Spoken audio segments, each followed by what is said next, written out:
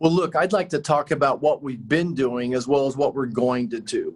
And right now, our focus at the federal level is making sure we have a safe vaccine available for the most vulnerable as well as those who want it. And I'm very optimistic that we're going to have a vaccine probably by Thanksgiving time for the vulnerable. At the same time, I think it's real important that we're developing therapeutics. And I'm so proud of American innovation. And I'm so proud of what doctors and nurses are doing out there as well, that we've taken the mortality rate from this particular virus from 4% to 0.4%. And again, reaching out to the most vulnerable. Half of the people that die from this virus live in a nursing home or assisted living facility. So over the next several weeks, we're going to have that point of care 15-minute testing available for those folks as well.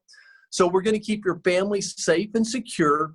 And at the same time, we've got to fight to keep our economy going. And we've been doing that through programs like the Paycheck Protection Program, which saved 500,000 jobs. And then in addition to that, we have other programs out to help with PPE and with testing. So for instance, we gave the state of Kansas $83 million for testing. So programs we can use to help empower local communities to solve this problem one community at a time, keep the businesses open, and do what we can to get our kids safely and responsibly back into school.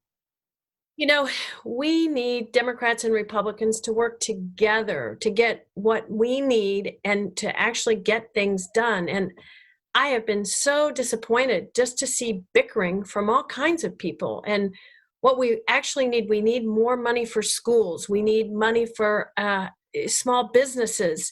And we really, really need to extend unemployment benefits for our workers who don't have jobs to return to. And of course, we need more resources so that we can test people and do it faster. And we just need leadership from Washington. And, you know, on that leadership needs to include being role models, showing good behavior like wearing masks, social distancing when you're in public, and of course, just doing that so that our kids and our adults all can see that that is appropriate behavior and the best way to slow the spread of this virus.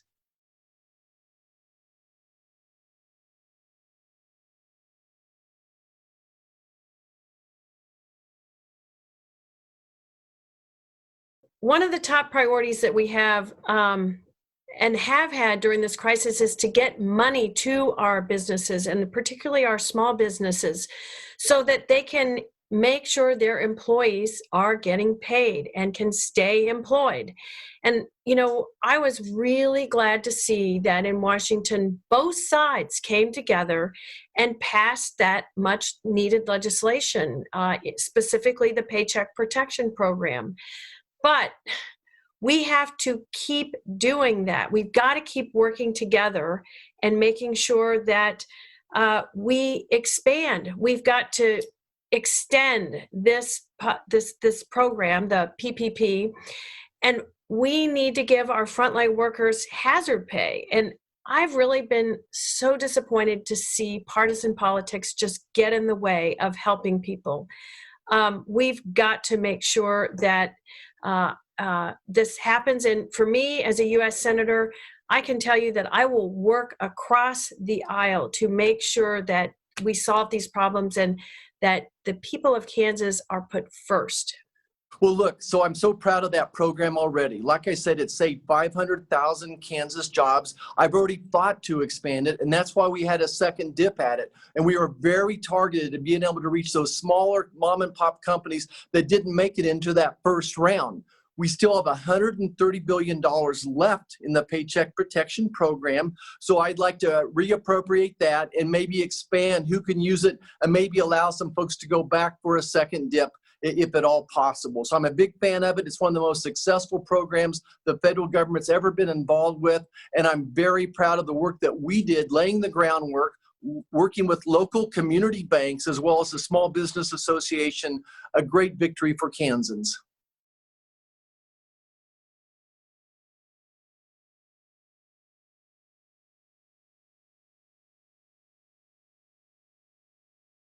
Well, look, I think the number one solution is to get people's jobs back. So Kansas already has dropped their unemployment rate to 7%.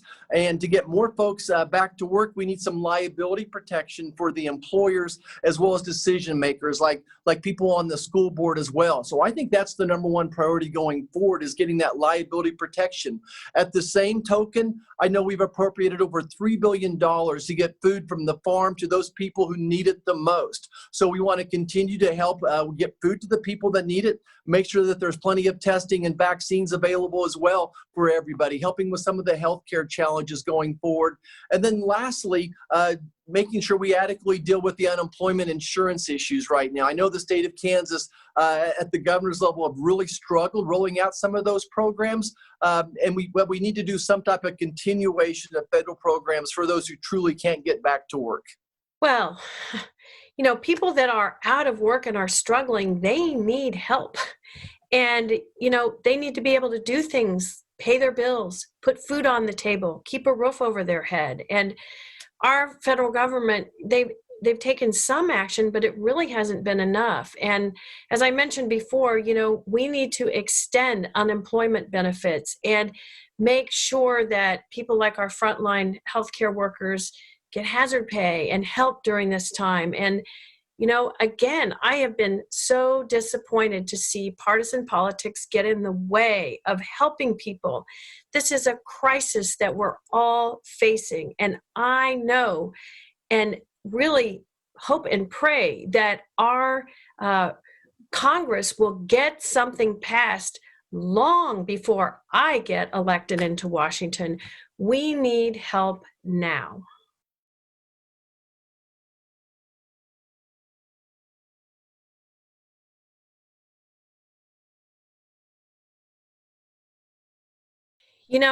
And I've said this before, and to be clear, I do not support defunding the police. But what I do support is having reforms that would help end the iniquities in our systems that do harm communities of color. And, anyone that saw what happened to George Floyd or to Breonna Taylor or to so many other individuals, they have to be compelled to say Black Lives Matter. And Black Lives Matter in Kansas. Black lives matter to me. And, right now, a lot of people are just finally hearing and learning what Black Americans have said for years and have known for years.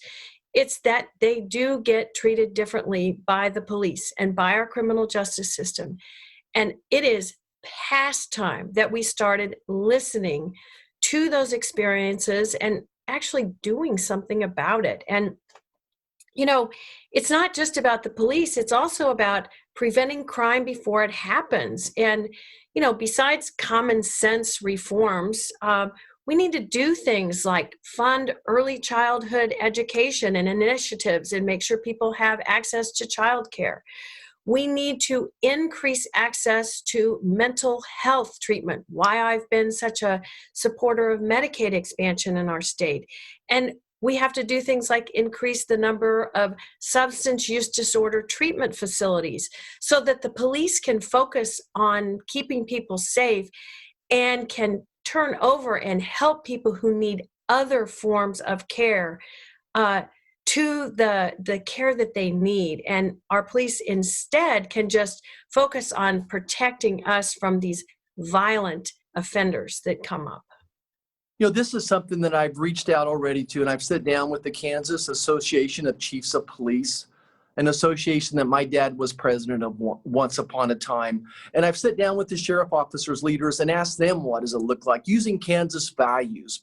And that's why I was so proud to support the legislation of my friend, Senator Tim Scott, legislation that provided more training for police officers, more transparency and accountability as well.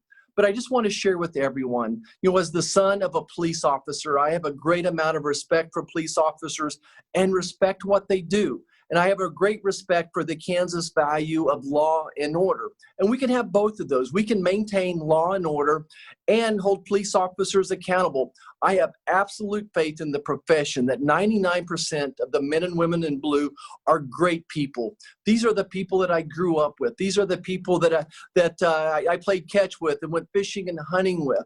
And more, we need police officers working in the community. I'm also be a big advocate of getting more minorities hired into the police departments. I sat down with the Hispanic Chamber of Commerce, and one thing that they pointed out to me is a person that's a legal resident of this country can serve in the military, but they can't become a police officer unless they're a citizen. So I think that that's an opportunity as well. So I want to encourage more minorities to be hired by the police officers. And look, I think that they will hold themselves to a high bar, just like my dad held his officers to a high bar as well.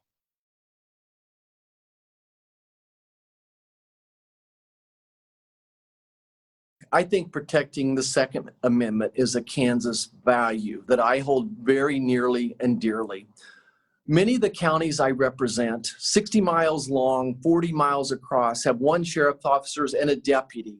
And many times those officers are 30 minutes to an hour away from a home.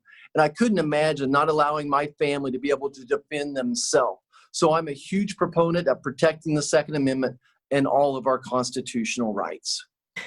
As a physician, I have seen firsthand the consequences of gun violence. And I do know that it's absolutely possible. We can support gun rights. We can support the Second Amendment and still pass common sense laws that keep guns out of the hands of criminals and help protect our citizens. And, as a doctor, I look at this as a public health issue and a public health crisis. We know right now our children aren't safe, and we've got to do more. And, my understanding is just pretty much everybody supports universal background checks and, of course, just reasonable gun safety training standards. I know I grew up with guns in my home with my father as a hunter, and number one was making sure that safety rules were followed. I think we can all agree on that.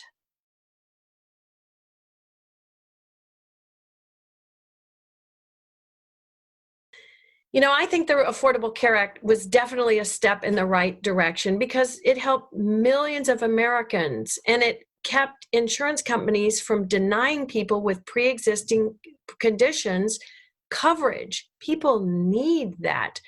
But I also know, both as a consumer and as a provider of healthcare is too expensive and too complicated in this country.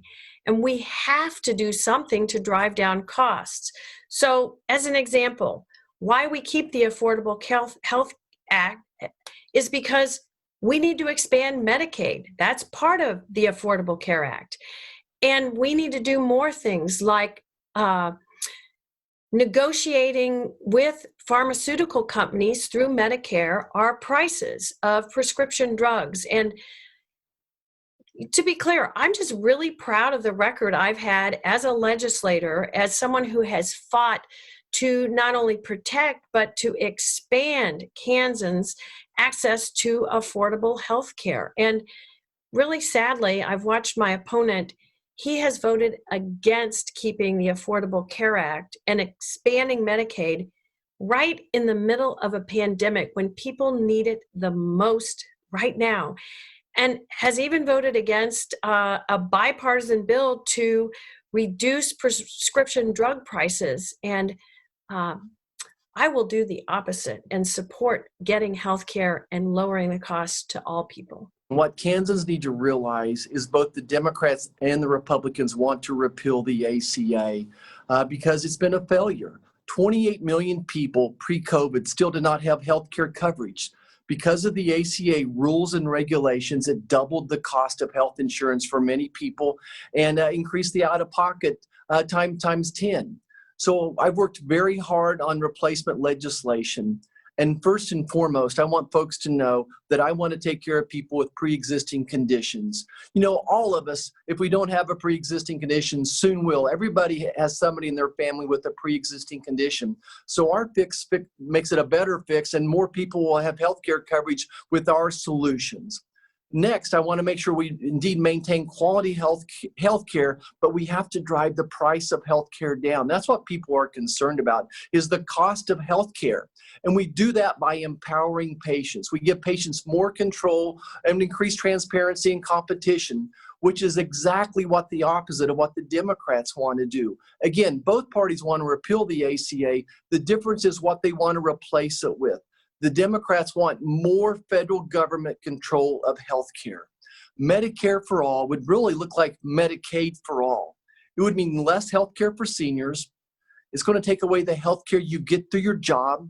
It's going to take away health care from veterans and use federal funds for abortions. And that's just the beginning.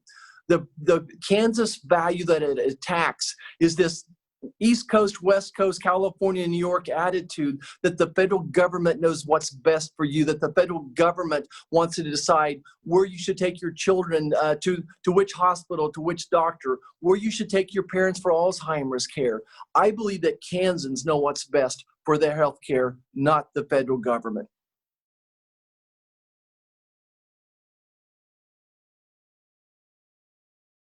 You know, you're exactly right, and we should be able to do both of those. I want a safe election and also an election without fraud, and I think Kansas is handling this very well. We've kind of struck a nice spot in the middle of this, that folks can vote from home through the mail. They have to go through an application process. Their signature for the application is going to be double checked. On the other hand, we also have early balloting, where you could go, for instance, to most courthouses and vote for about at least a month before the election, and then you can do it the traditional way. So I appreciate the way Kansas is doing it.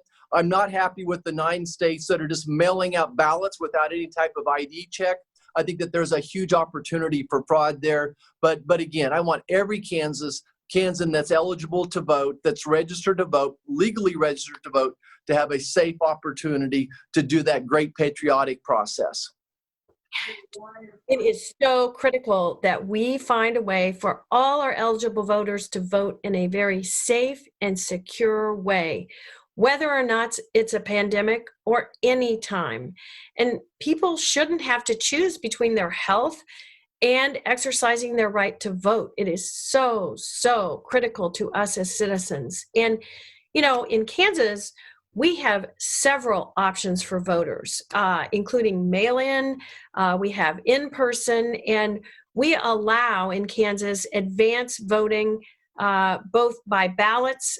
They can ask for a mail-in ballot for any reason. And we also are keeping our advanced voting in person. But I know that we need to keep those things in place, all of those options. I will say, as a physician, I think the safest way for anyone to vote right now is to ask for and use a mail-in ballot. And certainly in Kansas, we all have that opportunity. But in case something goes wrong with that, that you don't get it in the mail, you should still absolutely have the option to vote in person. And what we should be encouraging for all of our Kansas counties is to expand advanced voting to make sure everyone can do it up to 3 weeks. And some other things that would really help voting, we should have registration same day for all eligible voters, definitely. And we also should work to provide postage, prepaid postage on those ballots so that they can be sent by mail and someone doesn't have to be frantically looking for a stamp.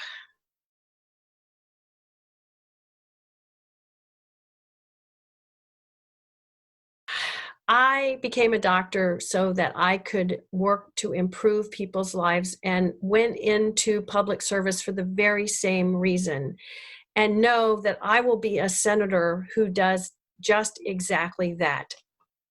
And why I'm running for U.S. Senate, it is to be a voice of reason for the people of Kansas and Washington. And right now, what that means, it starts with making sure that we stop the spread of this virus.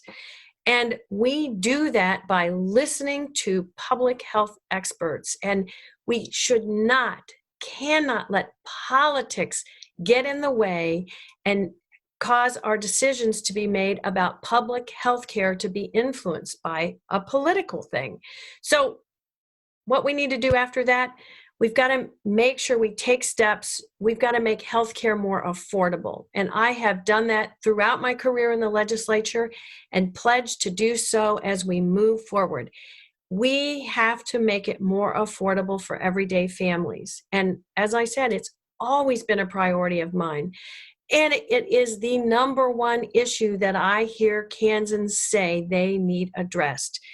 And continued along those lines, I will focus on the everyday issues that Kansans need addressed and worry about things like jobs and healthcare costs, yes, and even childcare.